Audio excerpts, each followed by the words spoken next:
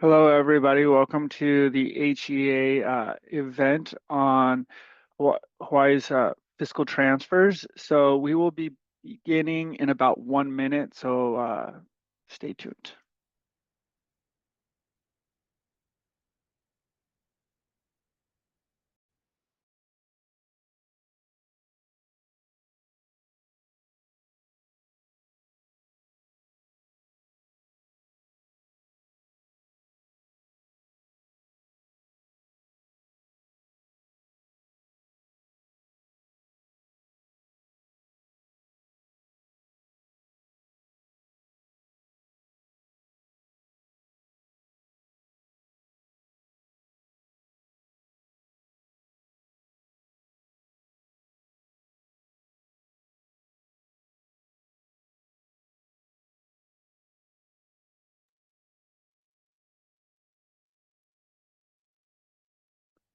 All right. Welcome, everybody. My name is Seth Colby. I am a member of the Hawaii Economics Association board, and I will be moderating today's event. So today's event is we're looking at how federal funding is going to be affected by the Trump administration. And this is the third in a three-part series that we've been doing here at the Hawaii Economics Association. The first was the Hawaii's economy under Trump. And then we did the first 100 days under Trump. And then this is another aspect what we wanted to look at, which is how is federal funding going to change, right? So we've heard a lot about cuts in federal funding, shifts in federal funding, and how that will affect the state's budget. This is one of the big question marks that we're facing. So I'm very much looking forward to today's presentation. It is something that I'm thinking about a lot in my professional duties and as just somebody who thinks a lot about the Hawaii's economy. It is a very important aspect of things and a very big unknown, right? So just to put some things in perspective, um, the when the Trump administration began, well, let me even begin before this, right? So, as we think about federal funding, I think it's really helpful to disentangle like what is going on, right? So, anytime Trump is mentioned, like it really produces a lot of like excitement and anxiety in people, and people get very alarmed. So, we don't know what's going on. And then we had Doge, which was doing a lot of things, cutting funding. We still don't like. It seems like they've ramped down their publicly. Um, Publicity and or publicly of it or their actions in public is what I should say. And then so there's those two things, which is like executive action, right? And then on the third side, we have what's going to pass in the legislative budget that is done by Congress and how that will affect Hawaii. So we're going to be looking at uh, all of those avenues. And the way that federal funding will affect Hawaii will be through a number of different things, right? So, one is if there's cuts to the federal workforce and we have those workforce here in Hawaii, that will lower our job counts, right? So, that's one way to do things. Another way is actually just spending that has been going on, federal spending in the state of Hawaii, right? So that can be military spending, that can be health research spending to the University of Hawaii, that could be direct supports through something like SNAP funding. So all these transfers are coming into Hawaii, and I should actually include in that taxes, right? So if one of the big what we pretty much expect is we were going to extend the Trump tax cuts, right? But if the Congress makes a goal of cutting the deficit by a certain amount, the what option is they can raise taxes in order to spend more, right? And so by if they did raise taxes, that would take money out of the state as well because people's paychecks would be smaller, right? A lot of those paychecks would be kept, or the taxes that we have to pay would go up, and that would be kept in Washington, D.C. And how those would be transferred to the state of Hawaii would be another interesting thing. And then the third aspect of this is budgetary support to the state. So those are just three aspects, right? And so we have basically three different players in all of this, right? We have Trump himself and like what they're going to cut and how different administrations are going to cut spending at the executive level and what's under his executive purview. We have DOGE, which is the Department of Government Efficiency, and what they're cutting or suggesting to cut. And then we have the congressional Republicans, right? Or, all congressmen, but both chambers are ruled by governed by Republicans right now. So that is who's calling the shots directly. And then as this is happening, I think it's also important to remember a couple of things. One is federal spending was going to be running down regardless who was in the White House, because a lot of the spending, federal fiscal transfers to the states, whether it's direct budgetary support or through other programs, had really increased during COVID, right?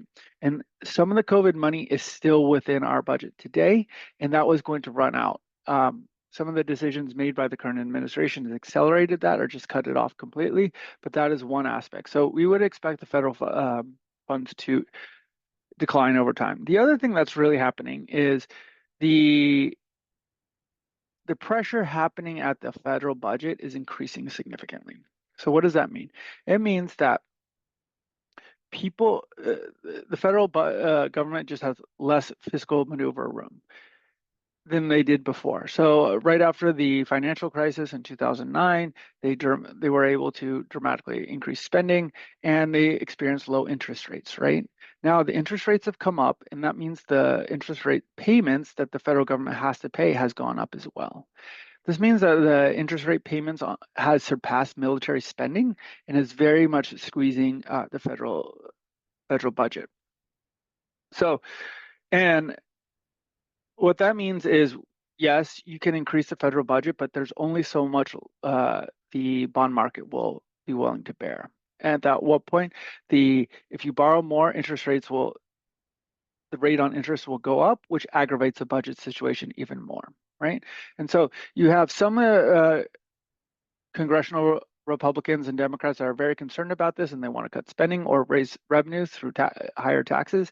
And then you have other people that want to do business as normal. On top of that, you have Trump, who can extend the Trump tax cuts. He wants to do things in addition to that. At least he has campaigned on that, like not taxing Social Security and exempting taxes on tips. So that would exacerbate the budget.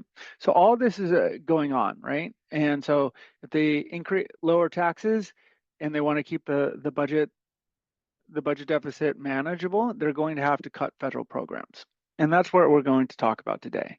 Now, and when you think about the federal deficit, there's like a couple big tranches that people should always keep in the back of their head. There is kind of the big three are Social Security spending, right? Medicaid or Medicare, which is insurance for seniors. And then there's Medicaid, which we will be talking a lot, which is a federal insurance program for low-income individuals, right? Those three comprise almost 50% of the budget. On top of that, you have military spending, which is about 12%. Now you have interest payments on debts, which is about equal to the military spending. And then after that, you have discretionary spending, which is a relatively small amount. And so that's one of the things that, we're seeing is like there was a lot of promise to cut wasteful spending and things, and there wasn't as much waste to cut, right? And so all these are very important. All the different constituency groups depend on federal funding, and we're going to see what happens. So we have two great panelists that are going to be with us today. We have Trey Gordner of HEA, and Trey has been doing a lot of research on what is happening with fiscal funds, fiscal transfers to Hawaii, and so we're going to learn about that. And then we have Wes Machida. Wes Machida is in my opinion, one of the most knowledgeable people on state budgets, the Hawaii state budget that exist. So please so we're going to have Trey speak first, and then we're going to have Wes follow up on how things relate to Hawaii's budget. So without further ado, I'd like to invite Trey to to speak.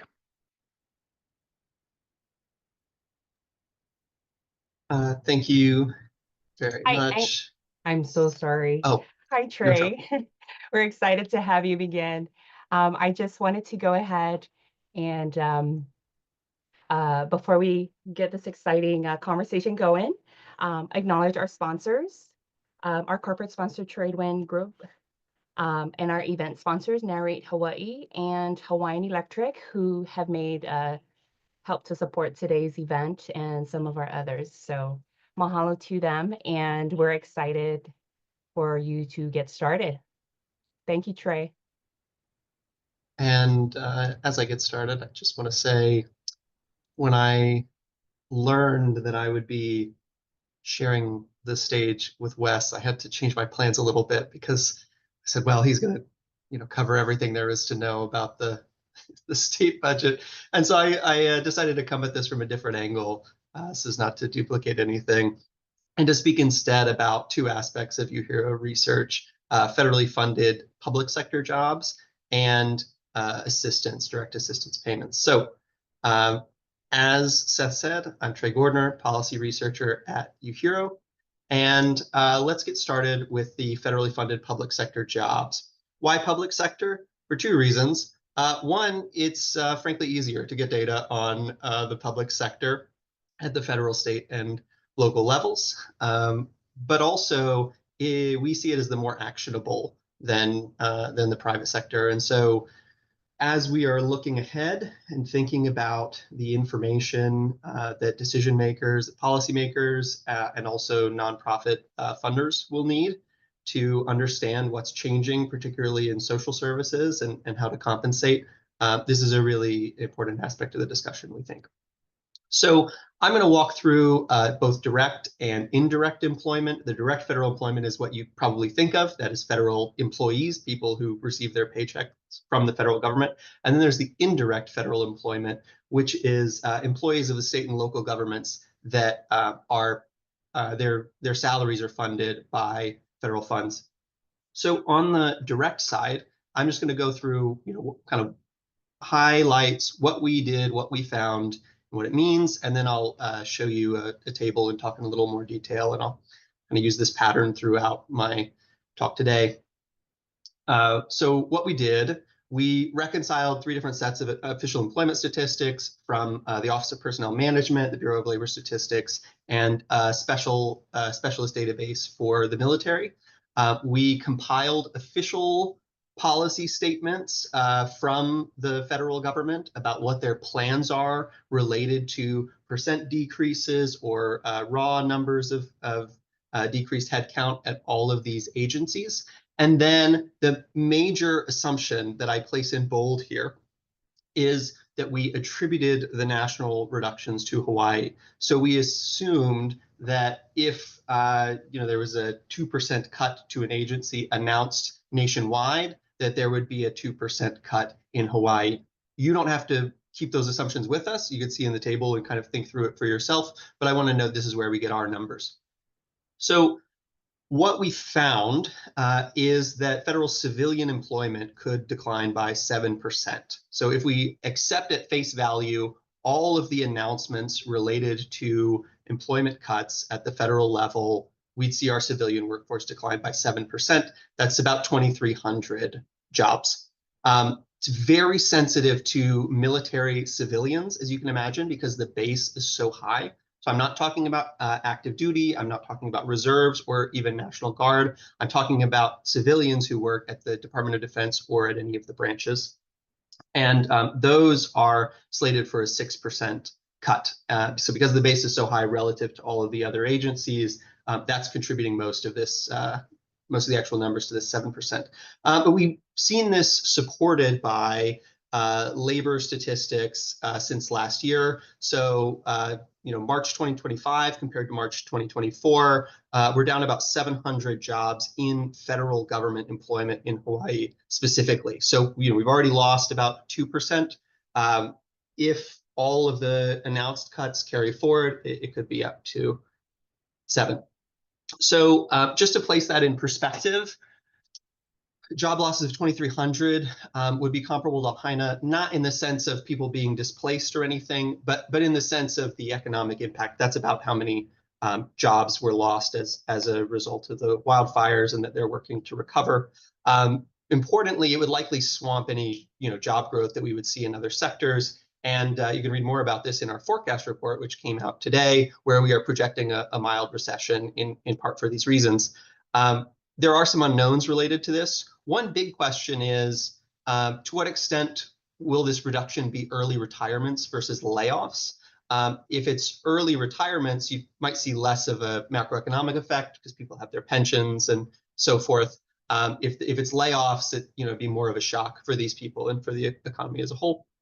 And then there's also a kind of unknown population effect. So the other big question is, these people who would lose their jobs, will they leave the state to work or retire elsewhere, or will they stay here? So I want to underscore that the military matters the most for these estimates. This is the table. I'm just going to hit 4 highlights here. So by headcount, the most affected agency outside of the military is Veterans Affairs. The announced cuts have been quite steep, and we do have nearly 3,000 federal employees out here. Commerce also has a pretty substantial loss, and that's mainly due to NOAA, which is organized under Commerce. There are very few reductions at some civilian agencies with large local workforces, including the Postal Service, the Department of Agriculture, and Interior. There are sharp percentage layoffs announced for some agencies with small local footprints, like the SBA, the IRS, GSA, and HHS. So I highlight this because it might not be a large economic effect, but these cuts may disrupt contracts and public services. And then the fourth note is, just to underscore the fact that we're projecting no reductions, because no reductions have been announced for the state's 5,300 active duty reserve and National Guard. There could potentially be a countervailing increase. Trump's skinny budget, the administration's skinny budget, does include a substantial increase in defense spending. So it's possible that might cancel out, but there's still might be some hiccups to work through. The next portion of this is the state employees. So the way that we gathered this information is that we looked at the budget worksheets. There's 1,000 pages or so of worksheets that show specifically which FTEs and which program dollars are tied to federal funds in some way. So we wrote some code, we parsed through that, we organized it all to isolate federal money and jobs, and then we categorized the departments and programs by policy risk based on similar announcements to what I mentioned before.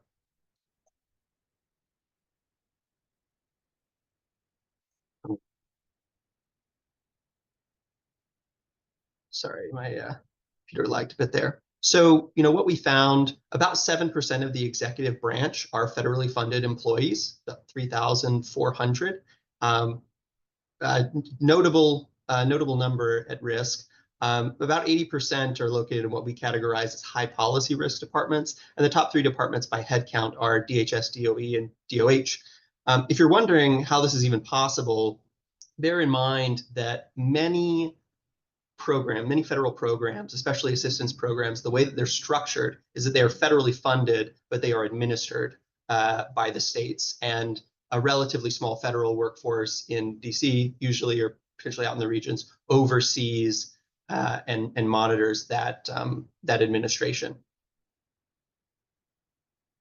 So what that means, I think some of the kind of unexpected implications of this, the big one is that there's a lot of talk and thought already at the state legislature about program cuts, right? What it would mean for program cuts. And the thing I want to emphasize today is that the state has to be thinking not only about funding these programs, cuts to the program budget itself, but also staffing them or maintaining the staff that they already have, sort of rolling it over from federally funded accounts to state funded accounts. And the state and localities have all done a really interesting job of trying to recruit federal workers that are being laid off through well-publicized career fairs and so forth. But if this kind of happens in mass, reorganizing the employees and funding those employees may hinder the state's ability to also hire laid off feds. The big unknown here is UH employees that are paid on extramural funding, which I'll describe a little bit more on the next slide. So this is the kind of second table for federally funded state employees in detail.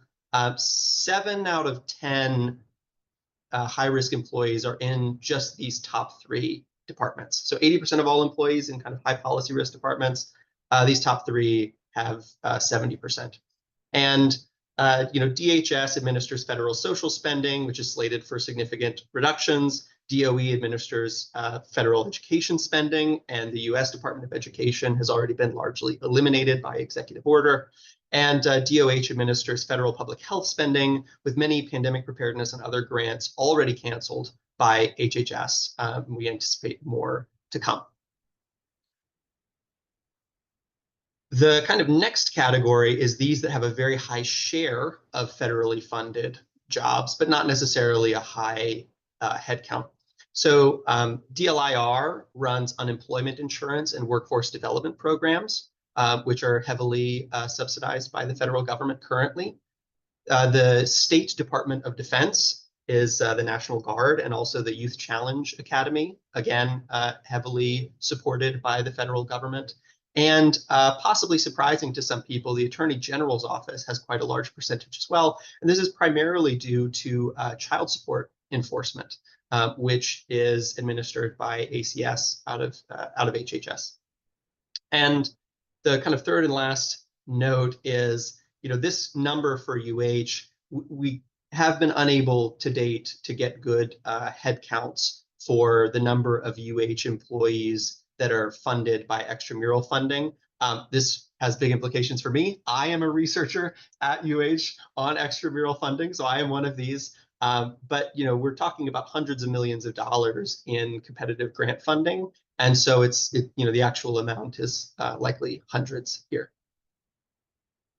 And then the last portion of this section talking about public employment is the county employees. So similar to what we did with the state, though less computational, less programmatically efficient, we looked through the county budget documents. We corresponded a little bit with the county finance directors, and we similarly categorized their departments and programs by risk. And there are similar concentrations at the local level to the state, right? The FTEs are concentrated in housing, human services, transportation, and public health. And Honolulu, City and County of Honolulu, there are about 200 federally funded employees, which is just under 2% of all employees, heavily concentrated in the Department of Community Services. About 2/3 of its staff members are fully federally funded. And those employees administer fully federally funded rental assistance programs, elder care, and workforce development programs. And turmoil in the administering agencies for those programs, like HUD and ACF, as I mentioned, so we're suggest high policy risk for this as well. In fact, I believe the administration's skinny budget projects about a 40% reduction in rental assistance. So we have cause for concern.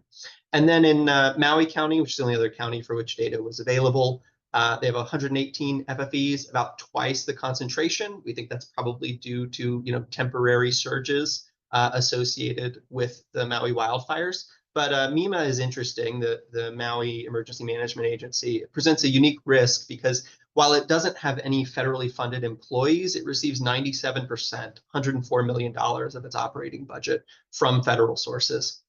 So that will be one to watch. And what do these mean in aggregate? Basically, at the county level, you have one major operating vulnerability, the largest vulnerability on the operating side, which is the Section 8 housing vouchers.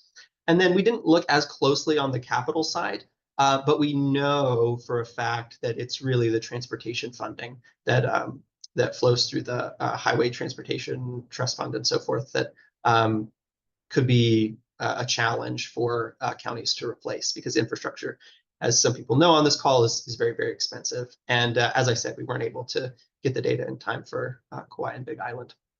So I have just a couple minutes left, so I'll breeze through the second section, but I'll be happy to answer any questions. The second aspect of this that we've been looking at is federal grants and direct payments. Now, I'll note that this is still very much a work in progress. And so rather than, what we did and what it means, we're sort of forward-looking, what we're doing, what we want, and why it matters. So, what we're doing is we're taking USA spending data, which is very good, clean, comprehensive data on federal transactions and awards. We are downloading the whole entire giant file, contracts, grants, direct assistance for Hawaii. We're mapping funding flows in several different ways. We're parsing out the policy risk, and we are comparing obligations to outlays. And what we want to do, the purpose of this ongoing project, is to create a predictive model that will help us understand what funding could potentially be frozen, which could cause temporary kind of cash flow headaches for the state, for counties, and for private organizations, and also permanent reductions, right? So we're trying to get ahead of the curve a little bit, which is easier said than done with this administration. The other aspect we want to do is actually map out the vulnerability of specific organizations and also of program areas to understand kind of the big picture of, say, homelessness support services across all grantees, state, local, nonprofit, for-profit, and so forth. And why we're doing this is so that we have some decision support. We can provide some decision support for a potential special session of the state legislature and for philanthropic decisions. So I have a couple of images from the research so far, but like I say, I'll be happy to answer questions. This one shows the amount outlaid and the amount obligated. So obligated is the promise that the federal government has made, and outlaid is how much they've actually spent of it so far in this fiscal year. The fiscal year continues until the end of September. So as you can see, many of the individual payments, things like Social Security, Medicaid benefits, and so forth, have already been paid. But there are some gaps, for instance, in higher education, right? So the university is expecting to receive significant payments, and this is part of the reason why you may have heard that these kind of university cuts and freezes are so scary. Many of these projects are multi-year, and so the university banks on kind of a steady flow of income for multiple years in a row, and that seems to be jeopardized. Another way to look at this is by program. So you can see Social Security, they're basically topped up. They're paying everything they're supposed to be paying to the state. But other things like the disaster grants, for instance, show how much money the federal government has promised but has yet to pay to Maui. And that's important because it is possible and legal for the government to reduce its obligations if it finds it necessary. Another aspect, like I mentioned before, highway planning and construction, and then you'll also see something like SNAP down below. So last couple of slides, just to examples of possibilities with the data set that we're assembling. You can look at the grant flow from a particular department to all of the grantees in the state. Look at the percentage, how much has been paid, what sort of programs it's for, and so forth. You can also look at it the other way to see, take a recipient in the state and look at where they get their funds and kind of the typical share from the funds from all federal agencies and sub-agencies. And you can look at the place of performance to understand where exactly in the state this money is flowing, right? This top one is just kind of statewide. It goes into state coffers, for instance. But then down here, you'll see the specifics of where it's going in each county. So the kind of last interesting thing that I think is interesting that I'll say about this is, and the most experimental is our policy risk study. So we parsed out the award descriptions looking for what I call no-no words, things like diversity or equity or climate change or so forth, as potential discretionary funds that the federal government might rescind or even claw back. And so here are the programs most at risk based on their award descriptions. It's about $500 million, about 3.4% of all assistance awards, and includes the housing vouchers, not surprisingly, as we said before, things for grid resilience related to climate change, for greenhouse gas reductions, for public health emergency response, environmental justice, minority health, So these are the kinds of things that we will continue to adapt into a working model. If you're curious at all, the riskiest program in the state, according to our model right now, is an adult reentry program for adults in the criminal justice system that focuses on vulnerable populations with health disparities. That one wins with 6 no keywords in its description. So what's next for me? The UHERO 25 Q2 forecast is out today. I'm sure that's of particular interest to this group. Please go and read it for more information about this and other research and projections. We're going to be doing the nonprofit vulnerability analysis next with the assistance of the Hawaii Community Foundation. And if you have any ideas for what you'd like to see out of the data that we're compiling, you can reach me at gordner@hawaii.edu. Thank you. Thanks a lot, Trey. We really appreciate this. This is good. Can you stay on for a second? I have I'm going to use my Sure. moderator privilege and ask you 1 or 2 questions, but also just invite Wes to come up and share your screen while we're going through this. So, Trey, my quick question is, you guys are predicting a mild recession. What is your definition of a mild recession? And then also, how much is the job loss contributing to the mild recession versus just overall decline in economic activity, like tourists, things like that? Yeah, so I was afraid you would ask something like this, Seth. I'm not personally on the forecasting team, Yeah, okay. nor am I an economist, just playing one on TV for today. I would encourage people to read through the forecast for the level of detail. But in there, we do talk about the labor market effects pretty extensively. We are seeing some gains in, percentage gains in job growth in certain sectors, but they're already being dragged down by that 700 job loss. So I think that we're saying the mild recession, it's about negative 0.2, 0.3% in 2026 is what we're currently projecting. But yeah, for details, I'd encourage folks to take a look at the forecast. Okay, great. Thanks so much, Trey. So just as a reminder to everybody, we do want your questions. So please, in order to ask questions, please put your questions into the Q&A function. I will be moderating that and fielding these questions to our 2 great speakers after Wes is done. So without further ado, Wes, can you please go ahead? Is my screen being shared? Yes, but we see now it looks good. It's in presentation mode. Oh, okay. Again, thank you, Hawaii Economic Association and your sponsors too, Tradewin, Nareit, and Hawaiian Electric, and all the participants. And Trey, thank you very much for your presentation. Today, actually, I'm concentrating more on the state of Hawaii and the impact on the federal funding that could change and will change and has changed periodically from time to time under the current presidential administration.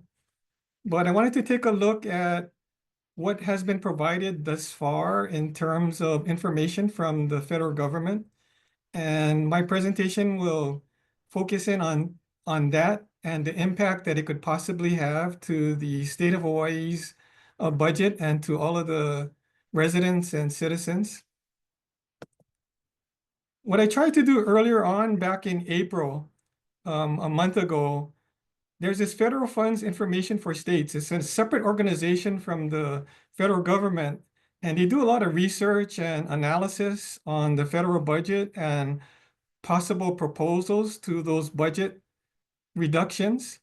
And what they reported on was that about 24.5 billion were going to be proposed budget reductions. And a lot of these programs are what Hawaii relies on.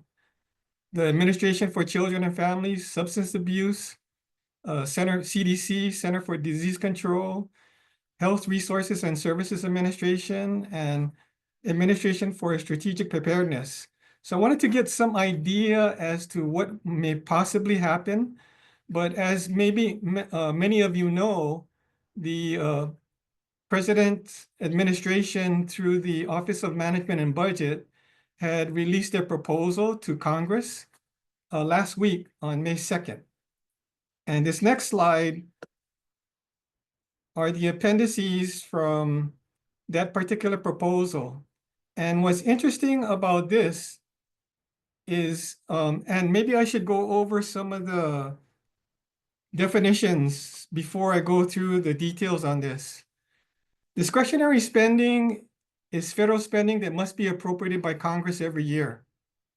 Now, the base budget is the portion that funds ongoing operations, while non-base budget are usually one-off things, short-term projects, special supplemental spending. Mandatory spending are spending on like programs like Social Security, Medicare, Medicaid, and they don't have to be approved by Congress every year. Instead, the government must provide these program benefits to anyone who qualifies for them. Mandatory spending, sometimes called entitlement spending, consists of about 2/3 of all of the federal spending.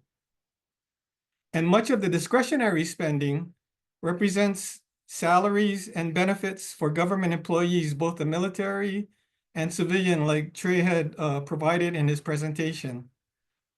About 15% or so or more goes to grants to state and local governments.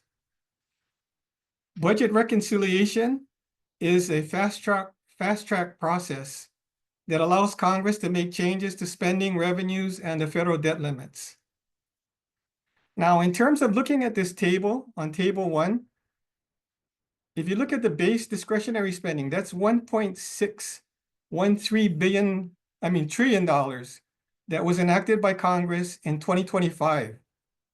What the administration is proposing, and we have yet to see the details on this, and my understanding is that it will come out within the next 2 weeks or so. But what they are proposing is a $163.1 billion reduction in base discretionary proposals.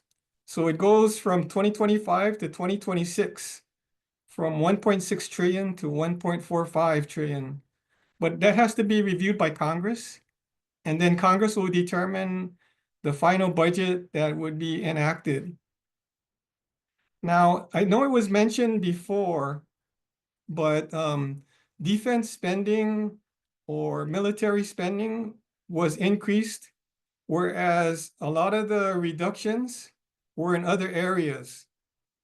Now, one of the things that Hawaii is going to be impacted by, and I know it's very small, and I'm sorry about that, but is this Health and Human Services. Health and Human Services reduction represents $33.3 billion to all states in terms of the impact. Now, I'll show you later in terms of how that may impact the state of Hawaii and some of the programs. But I just wanted to make sure that you understood that a lot of the state of Hawaii monies that come from the federal government comes in this Health and Human Services area.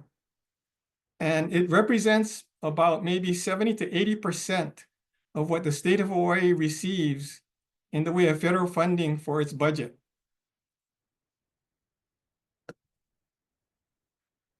These are some of the other areas in terms of non-base discretionary funding. And if you notice, look at the impact to the requests from 2025 enactments to 2026. There's a significant amount of reduction, $120 billion overall for emergency requirements. That is extremely significant. And overall, in discretionary budget, it's a $139 billion reduction from 2025 to 26 in terms of the proposal. Now, what would this impact have on Hawaii and Hawaii's budget? The legislative session just was completed this week, and the operating budget for 2026 is about $20.6 billion. Out of the $20.6 billion, about $4.6 billion comes from the federal funds. That's a significant portion of the state operating budget. Now, out of that $4.6 billion, $3.1 billion is for the Department of Human Services, and they represent the largest federal fund operating appropriations. 2.3 billion in each fiscal year is for Medicaid. About $1 billion or so each year for Medicaid, for the Medicaid program. That's again to help low income and disabled individuals and families, to provide healthcare services, and includes medical, dental, hospital, nursing home, community-based and other professional services. Other large federal fund appropriations are for rental housing services for low-income families, $106 million. $96 million or so for general support for healthcare payments. $95 million for general support for self-sufficiency services. $73 million for rental assistance services. Almost $70 million for childcare. Almost $50 million for child protective services. $44 million for cash support for families. $31 million again for child protective services payments. And about $28 million for Hawaii Public Housing Authority administration. So as you can see, in terms of the 2026 budget, there's a significant dollar amount from the federal government that will impact Hawaii residents. Trey mentioned about the Department of Education as well as the Department of Health.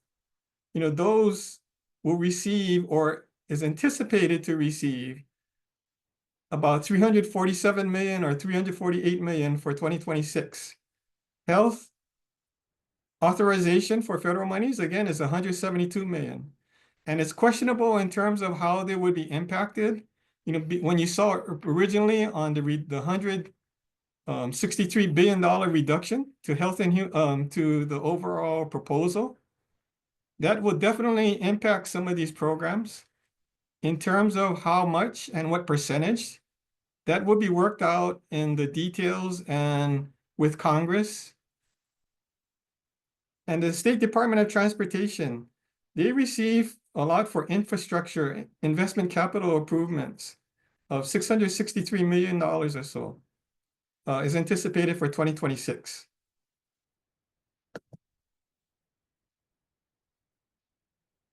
That's why in 2016, when I was Director of Finance at the time, thankfully through Governor Ige, we issued a formal budget reserve policy because we knew that going forward, there may be some difficulties in terms of monies that would be needed to cover for disasters or emergency situations. And so we had issued, or Governor had issued, a formal budget reserve policy in 2016. Oh, excuse me. Let me go back. That 10% of the general fund revenues would have to be set aside in the emergency budget and reserve fund. This emergency budget and reserve fund was established by statute. It's under Chapter 328. And on top of the 10% in this budget reserve policy, we must maintain at least 5% of the general fund revenue as a general fund balance. Now, this policy, again, was enacted to ensure that there's a commitment on the part of the state to have better financial flexibility and capacity to handle any future economic downturns, such as the one that we may be facing with the reduction in the federal monies. Now, currently, the EBRF, or the Emergency Budget and Reserve Fund, is about $1.5 billion. So as you can see, there has been a lot that's been accumulated within the fund. Now, the monies that are expended from this fund has to be appropriated or authorized by the state legislature. And it can be used again for various occurrences, which includes economic downturns, or could possibly even be used for some of the recent unfortunate impacts, like the Maui disaster, wildfires. The state goes through a 6-year financial plan to make sure that there's estimated sufficient dollars going down the road over the next 4 years after the current biennium budget. Now, when we looked at the 5% of the general fund revenues as a balance, their 6-year financial plan shows that there will be about $1.3 billion of general fund balance as of June 30, 2025.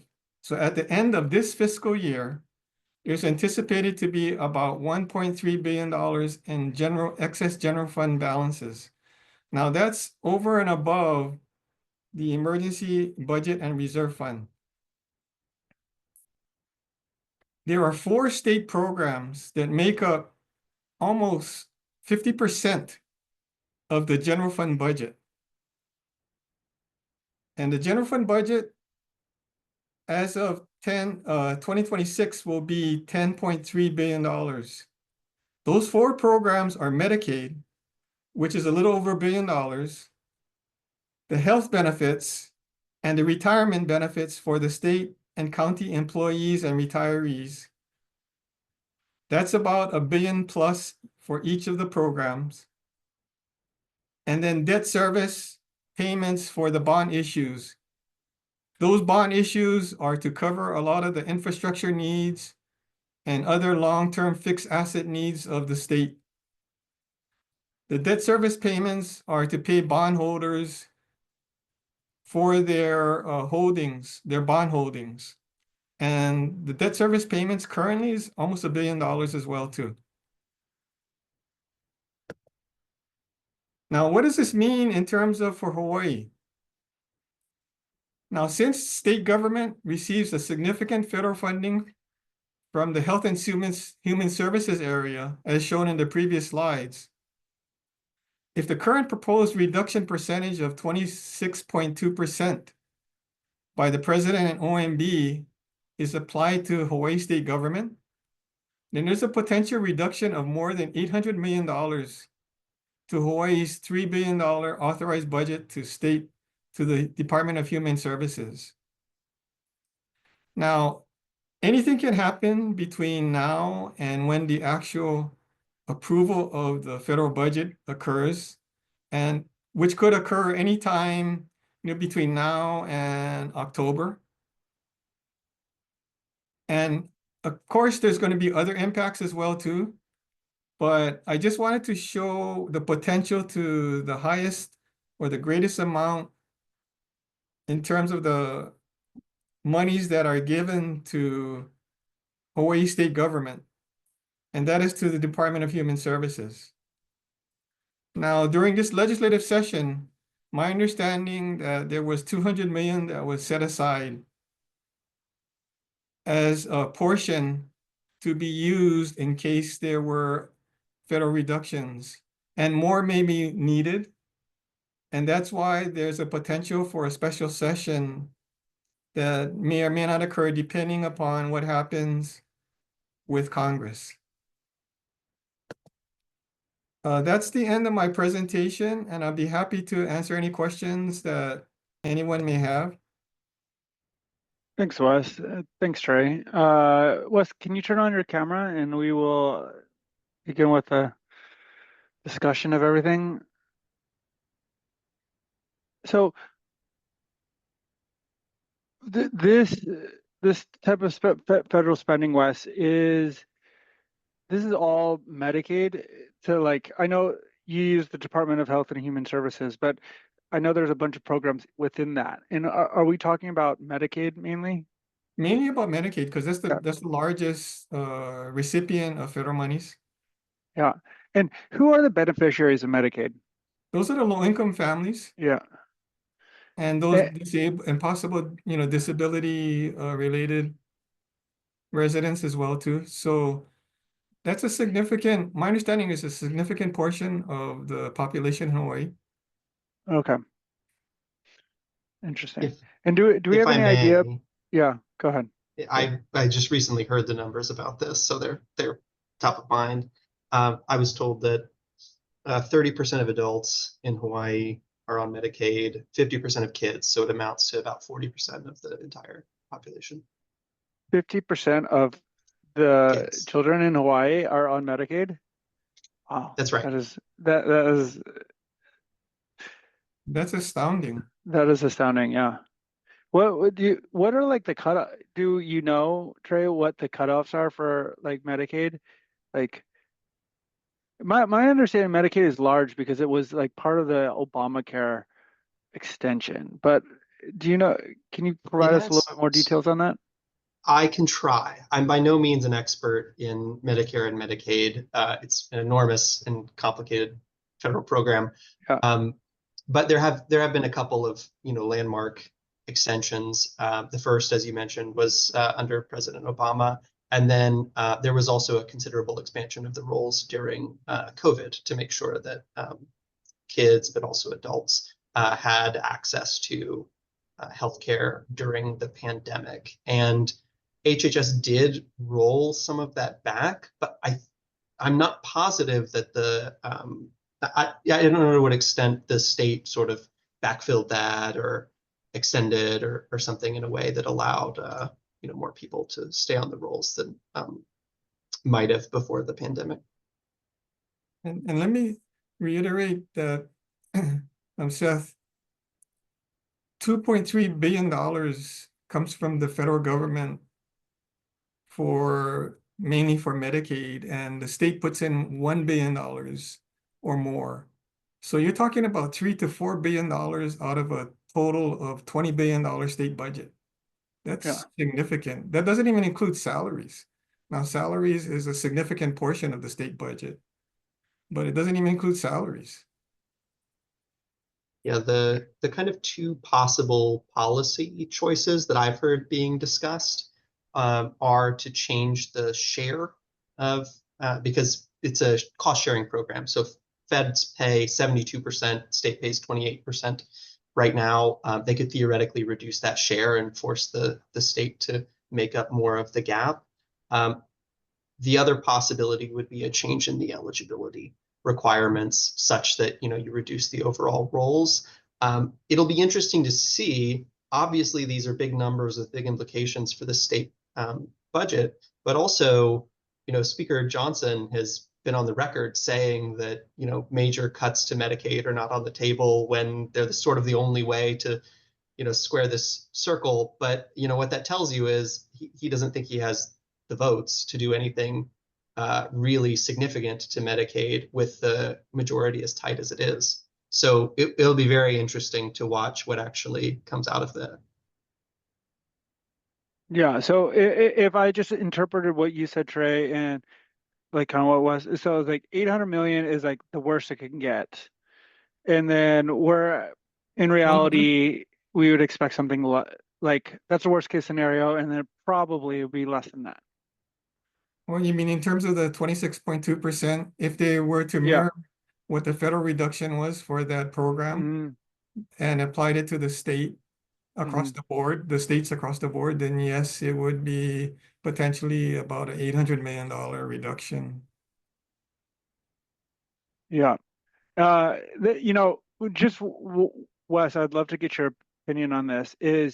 So the rainy day fund, which is what you talked about, it has it has a more formal name, but we call it the rainy day fund with $1.55 million in it. As a budget director, when do you spend that, right? So there is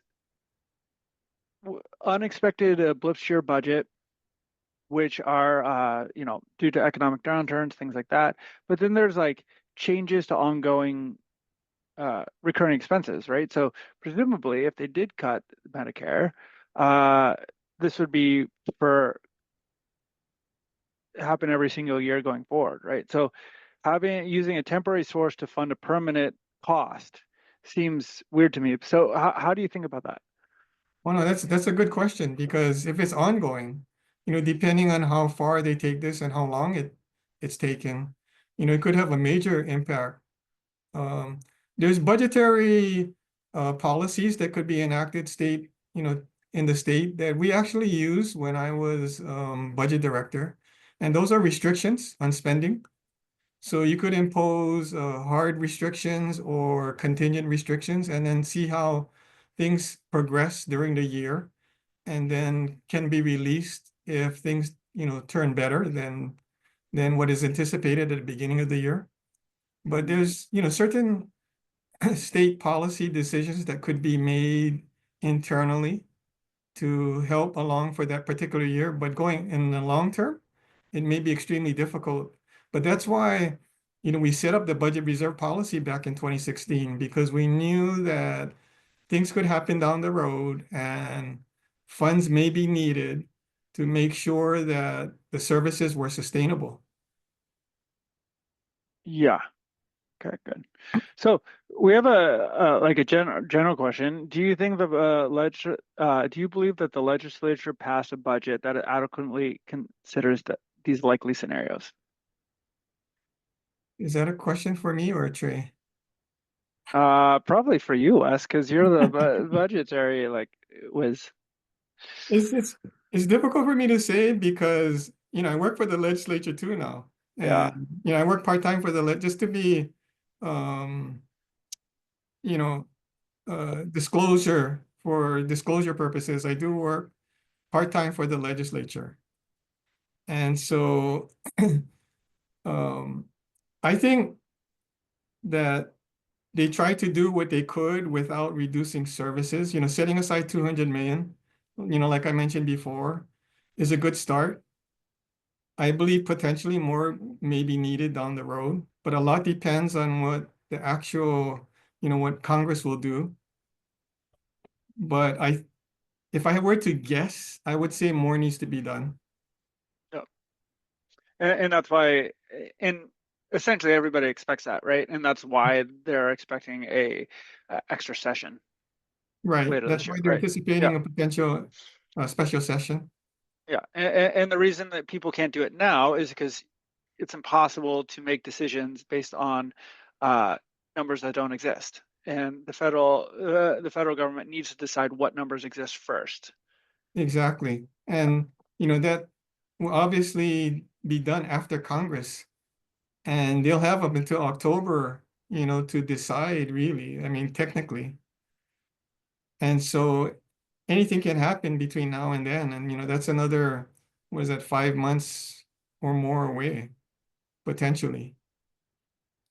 Yeah, and I think another big issue is there's a bunch of moving parts, right? Like there's like tax cuts, Mhm. like renewing the existing tax cuts. There's like additional tax cuts. There's like what they want to cut. There's political realities.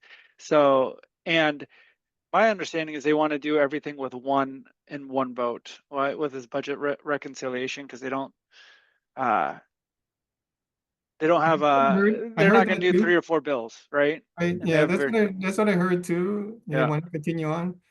And the interesting thing about even the tax cuts, people should take a look at that too, because if my recollection is correct, back in 2017, when the first cuts were done, I remember doing some calculations and it seemed like, and I could be wrong, but it seemed like some of the middle class were not getting any reductions at all. And whereas the upper class got like a 3.6 to 3.9% reductions. And please don't take me for my word on this, but I remember doing some calculations on that. And it was interesting that it seemed like for some that the upper brackets got a higher percent reduction than the middle. Yeah. And then the other question is, the impact on the tax cuts to the state income taxes too. How far reaching will that be? What impact will that further be on the state's budget? And you probably would have a better idea than anybody else, Seth, on that. I will say I mean, based on the expected impact of the state tax cuts are already in our state budget, right? So if they needed to, there's always two ways to balance a budget, right? You can cut spending or you can increase revenues. Right. And that is, I think that is going to be on the table going forward and part of the discussion. And how you do those cuts and how you do raise those revenues is a big question. That is correct. And that's actually one of my tasks that I'll be working on this summer, is trying to look for additional revenues without having to raise any taxes. That's what everybody's looking for. Uh, so, Trey and Wes, thank you so much for a very informative discussion. We really do appreciate what you've added. So if I can just kind of summarize what I've heard is, yes, there's been significant job losses associated with these cuts. 2,300, 2,400, they're material, but in a state with 650,000 jobs, it's not earth shattering. What we're actually very worried about is the changes to the federal spending that are going to come through the budget is also a concern, and how the federal funds to UH and other things are going to be impact us. I think those are the bigger question marks that are these are the known unknowns at this point. So thanks a lot. Just as a reminder, we really do, these types of events are not possible without our sponsors. So thanks again to Narit, Hawaiian Electric, and Tradewin Capital. We wouldn't be able to do this without you. And we do have if you do like these types of events, we have another really interesting event coming up on May 22nd, which is we're going to be looking at the insurance market here in Hawaii again, and how legislation that passed in this legislature is designed and is designed to help support that market. So if you're wondering about what's going on with your condo insurance, home insurance, how rates are going to be there, if you can be insured, I really encourage you to check out this event. And of course, we do have the September 9th HEA event, which will also be on insurance, and we're going to take a deeper dive there. And it's one of the biggest issues facing Hawaii and one of the other uncertainties. So once again, thank you so much for your participation, and we look forward to seeing you next time. And of course, please provide your feedback here by clicking on this link.